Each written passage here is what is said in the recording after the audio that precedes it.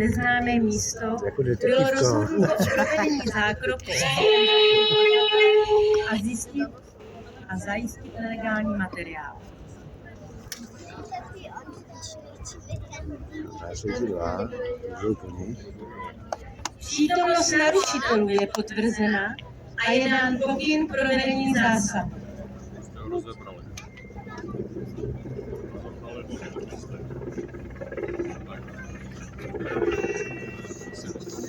Nad svými hlavami můžete vidět vrtulník MiG-17, ke kterému přilétá zásahový tým. Ten bude za chvíli zasazen do prostoru za pomoci rychlého lana, takzvaného pásu.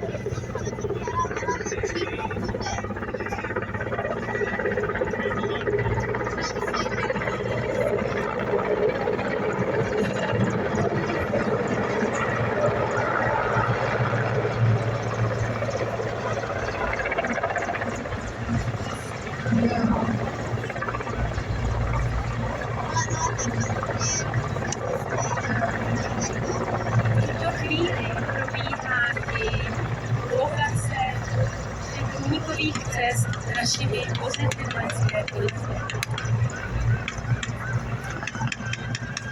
Jeden z pachatelů však zaznamenal přítomnost zásahového týmu a vydal se na objekt.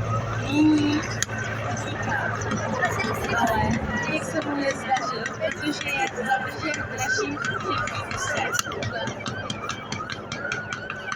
Současně se zadržením utíkajícího pachatele pokračuje zásahový tým objektu, kterého eliminuje pachatele se zbraní. Podívejte se na pravou stranu od objektu, tam, kde vidíte červené dýmovice.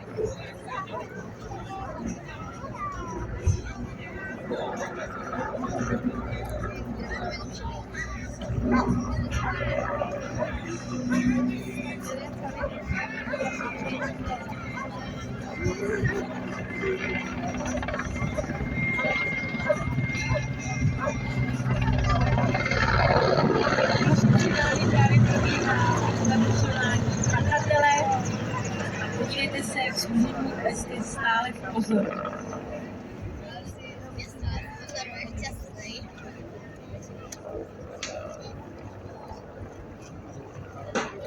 Nyní zásahový tým pokračuje do budovy, kterou obsazuje a po překonání odporu vnikne do budovy a je provedena prohlídka pachatelů a případně jim bude poskytnuta první pomoc.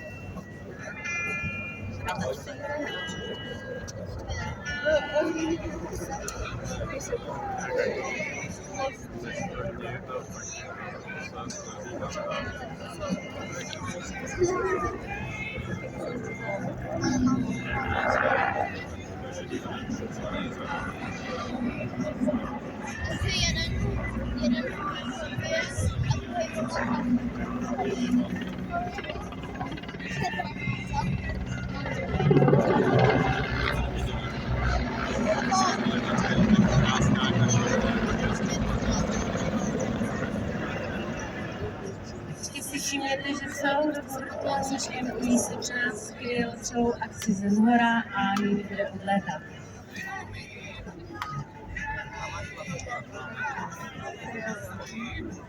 Už moji Lucka, já už to neudržím ten mobil.